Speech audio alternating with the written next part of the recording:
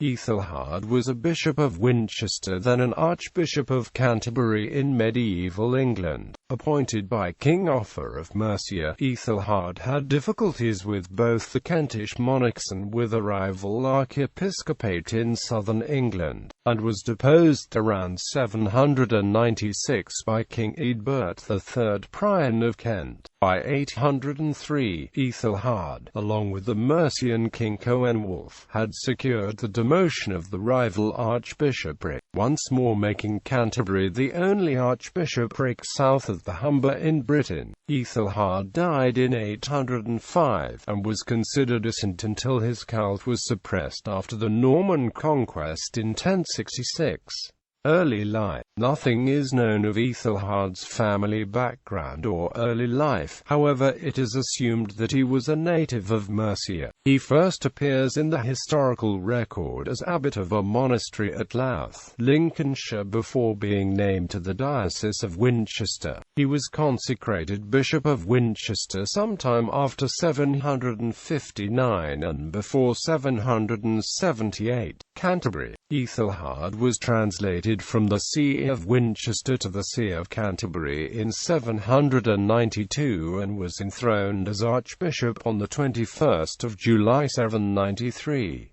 Æthelhard owed his appointment to King Offa of Mercia, and the enthronement was presided over by the then senior bishop of the land, Eadberht, the Archbishop of Lichfield. King Offa consulted Alcuin of York over proper procedure, as the Archbishopric of Lichfield was a new creation. Around 796, Æthelhard was deposed by King Eadberht III Præn of Kent because Æthelhard had been appointed by Offa. Offa had died in 796, and Eadberht seized control of Kent, forcing Æthelhard to flee to the court of Offa's son Ecg of Mercia. Ecg himself died before 796, and a distant relative Coenwulf took the throne. Alcuin encouraged Æthelhard to return to Canterbury, and suggested a compromise over the status of Lichfield, which had been established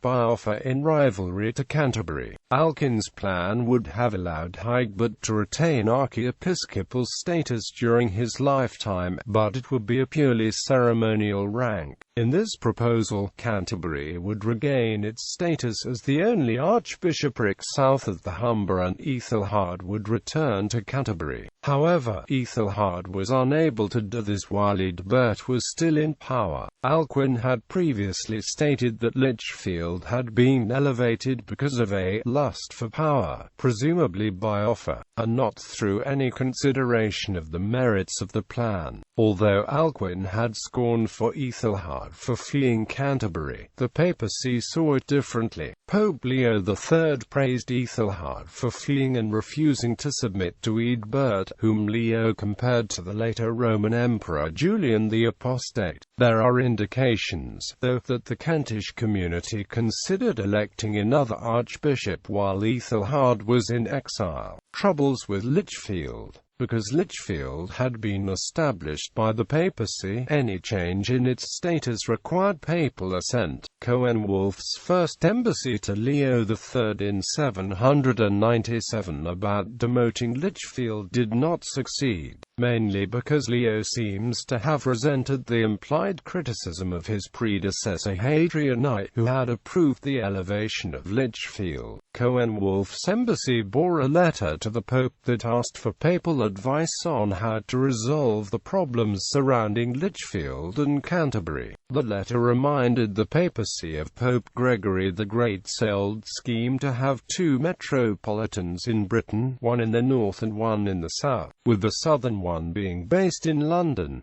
The letter implied that Coenwulf was asking for Æthelhard's metropolitan see to be moved to London. The same embassy carried a letter from Æthelhard also, which has not survived. The Pope, however, did not agree with the embassy. The papal reply to Coenwulf stated that the southern archbishopric must remain at Canterbury, as well as excommunicated Eadberht and authorized his expulsion from Kent if he persisted in keeping Æthelhard from Canterbury. In 798 Coenwulf invaded Kent and captured Eadberht, whom he blinded and imprisoned. Æthelhard was restored to Canterbury, where he set about restoring the sea's possessions. He also managed to secure professions of obedience from a number of southern bishops, including Eadwulf of Lindsey and Eadberht of Dumnock, but Eadberht was still being called archbishop in 799.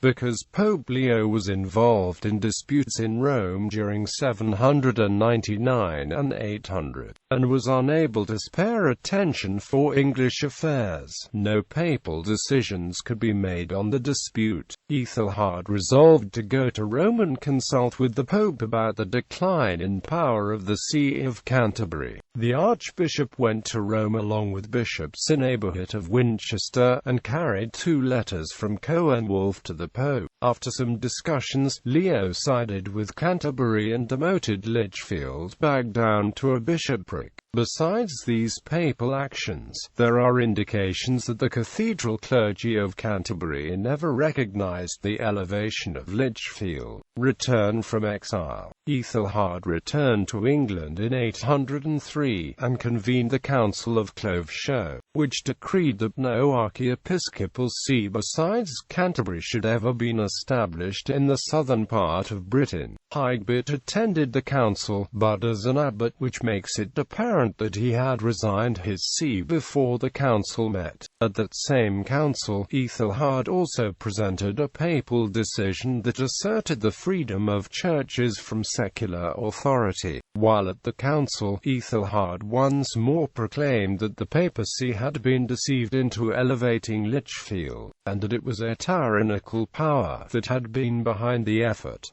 Æthelhard presided over at least 11 synods, and possibly one more. Æthelhard died on the 12th of May 805, and was buried in Canterbury. He was later revered as a saint, with the feast day of the 12th of May, but his cult was suppressed by Archbishop Lanfranc in the late 11th century and never was revived. Citations